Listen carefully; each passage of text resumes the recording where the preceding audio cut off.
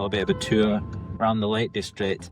Nice one, mate! Bit of road rage caught on camera. There's a difference between getting distracted by something and acting on divine inspiration that gets summoned up from nowhere. I think it's really beautiful. I had 2 days where I didn't do any of the habits, but I got the most work done than I have in an extremely long time. If you had no one that disliked you, that would be mental. You wouldn't be able to operate from a healthy place. If you try to be liked by everyone, you'd be loved by no one. People who get riled up on social media, actually what's happening on the ground, look around you. Tell that I've had like little people stop talking to me recently.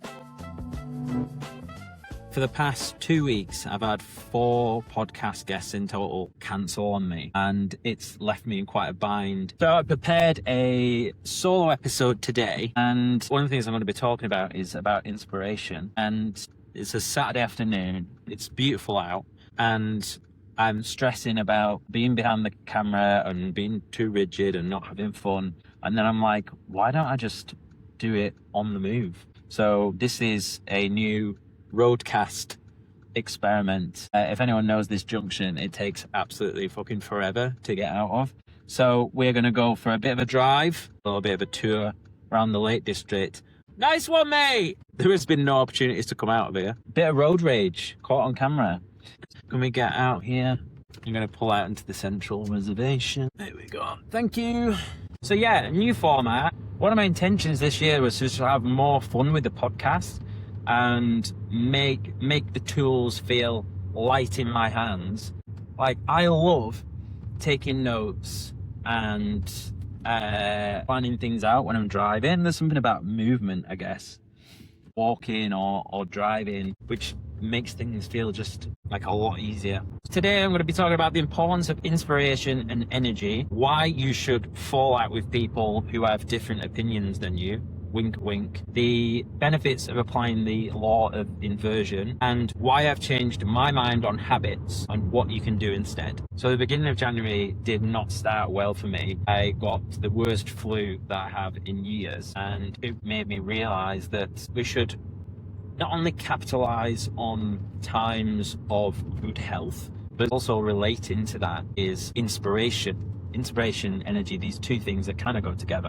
We need to pay attention and be mindful of when we have extra energy available. So you might notice you physically having more energy. So in like a training environment, we would look at that as a good opportunity to make the most of it, get into the gym and stuff. But it works in terms of productivity and creativity. And for me, my example would be podcasting. Like, when I'm healthy and fit, I should be recording as many episodes as possible so that when I get ill, eventually at some point, if you get something, like something that pops into your head, you know, that little voice saying, do this thing, or here's something to think about, act on it. Because at that point in time, that is when the energy and the novelty is going to be at its greatest. And, you know, we hear a lot about focus and getting distracted by things, but there's a difference between getting distracted by something and acting on divine inspiration that just gets summoned up from nowhere. And I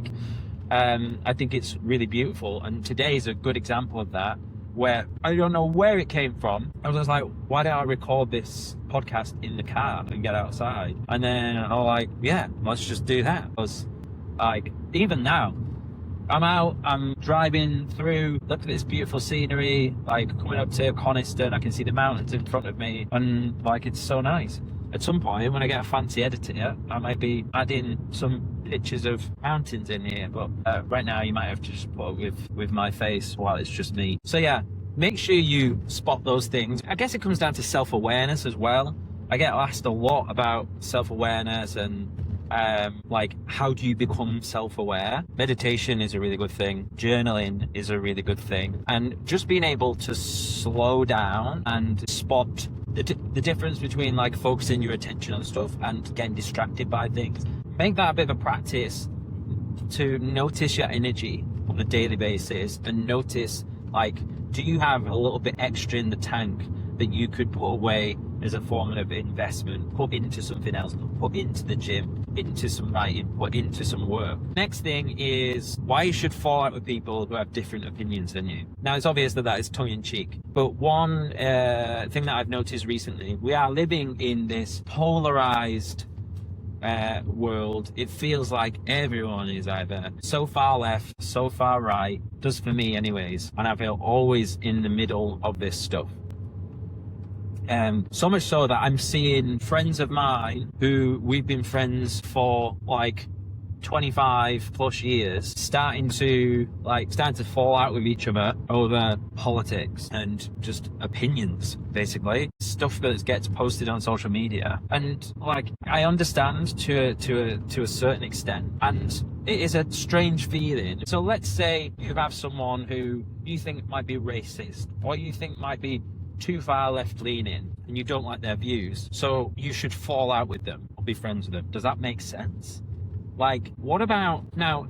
It's different if they were like actually going around and causing harm, physical harm. Like, I think that's the difference. But we need to look at like actual actions. Like, what is the reality of like existence with like these people? So like, have they done anything like physically to another group or whatever? That's like, have they really harmed anyone? Or are they just sharing stuff on social media because they're insecure and scared about something, or they feel powerless in their own life, so they've got to like share this thing or whatever?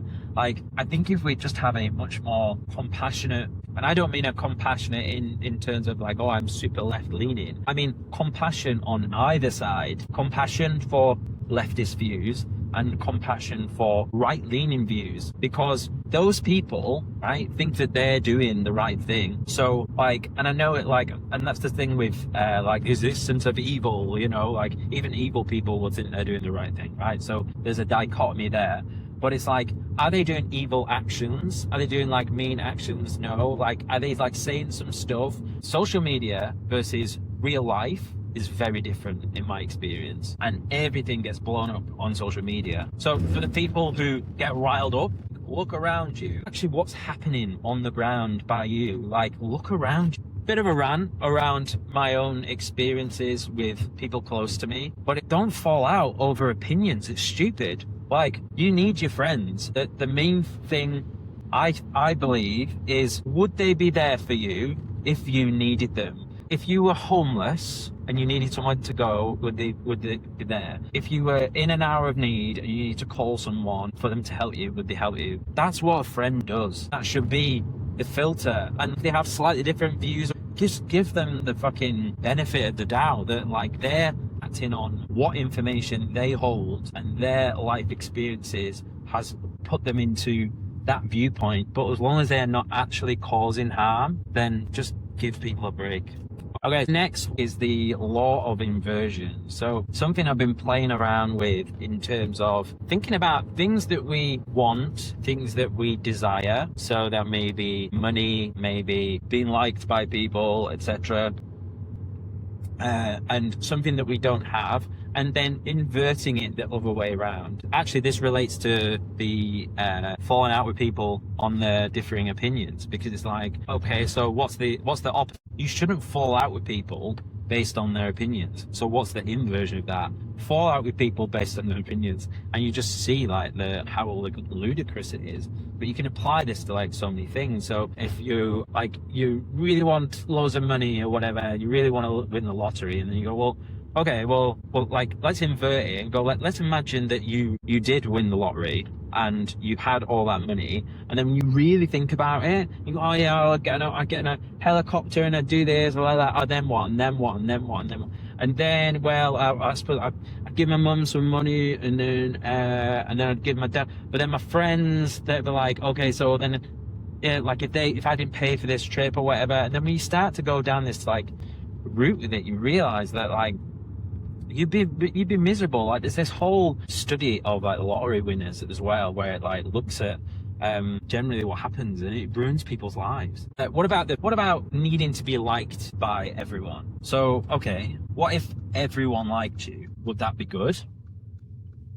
Be kind of weird. Like, literally, if you had no one that disliked you, and it was like, it's so amazing, that would be mental. You wouldn't be able to operate from a healthy place. Like, if just everyone liked you, like, it's just like, you can't have good without bad, you can't have hot without cold. All these things are like to have balance, you need something on the other side of it. And it's like with the wanting to be liked thing, it's like there's a thing in a saying in like marketing, it's like, if you try to be liked by everyone, you'll be loved by no one. And that's so true. So if you're in a situation, let's say someone's falling out with you, or you like someone doesn't like you, or whatever, just see that as an indicator that you actually stand for something, and you probably have a backbone, and you're like, do you know what I mean? It's just a normal thing. And the opposite of that is just being like a nice guy, where like oh, like, I don't really know about Jason, or what, like, oh no, Jason's dead nice, or whatever. He has like no opinions or whatever. Or being like, okay, yeah, this guy, like, he says this or whatever, and it's like, people trust that. And it's like, so if you're finding that someone's fallen out with you or whatever, as long as you're not being a dick, like, look at that as like an indicator that you're doing something right, in terms of like not going with the grain and actually being different and trying to do something different to anyone. So can you tell that I've had like a couple of people stop talking to me recently? So yeah, that one's for me. But it's one of those, isn't it? Like, it's just going to be like someone who sits on the fence and like, doesn't cause any sort of polarization. So that's it. Law of inversion. Think about something that you're ruminating on, a problem or whatever. Like, what would it look like if it was inverted? It's just an interesting angle to reflect on it. We're just coming into a little village of Coniston now. So I think should we carry on? Let's carry on up to the Lake District. We could go to Langdale. And so the last thing I'm going to want to talk to you about is I have changed my mind on habits, and somewhat diametrically opposed to that, my favorite habit of 2026 so far. So obviously I talk a lot about habits. We have the habits app in deep.com/beta, which I talk about so much. I'm a huge proponent of building healthy habits. Helped me change my life, breaking bad ones, building good ones, unreal. And I would never say there's not a good thing. And this year's I've started really well in terms of tracking my habits, staying on, like, doing like 16 different habits a day, posting one reel on social media, doing my morning walk, doing my morning meditation, doing my journaling, like all these things. And that's great. And then I had the last 2 days, where I pretty much didn't do any of the habits, but I got the most work done than I have in an extremely long time. And that was because the habit that I was actually focusing on was, well, it's two things. It's doing the most important thing first, but also this particular habit, which is a development on the one I've done in the past, which was the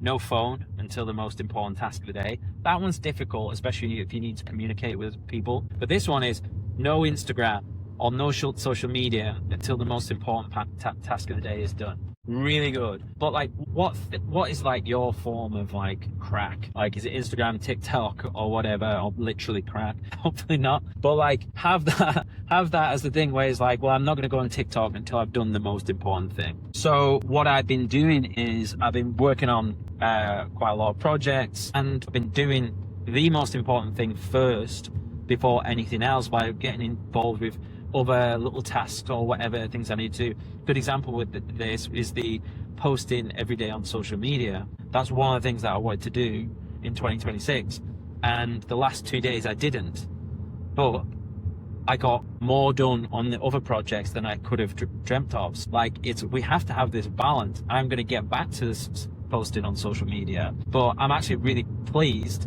that I did the other stuff.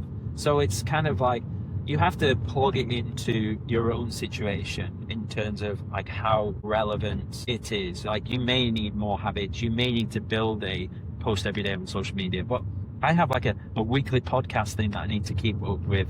So it's like, maybe I give myself a little bit too much to do. But I do think that had I not been doing the habits on the previous days, I don't think I would have built up the same amount of momentum, which had allowed me to just be in that work mode. Like, I seem to be in this absolutely like slightly manic state of doing lots of work, and I'm making the most of it.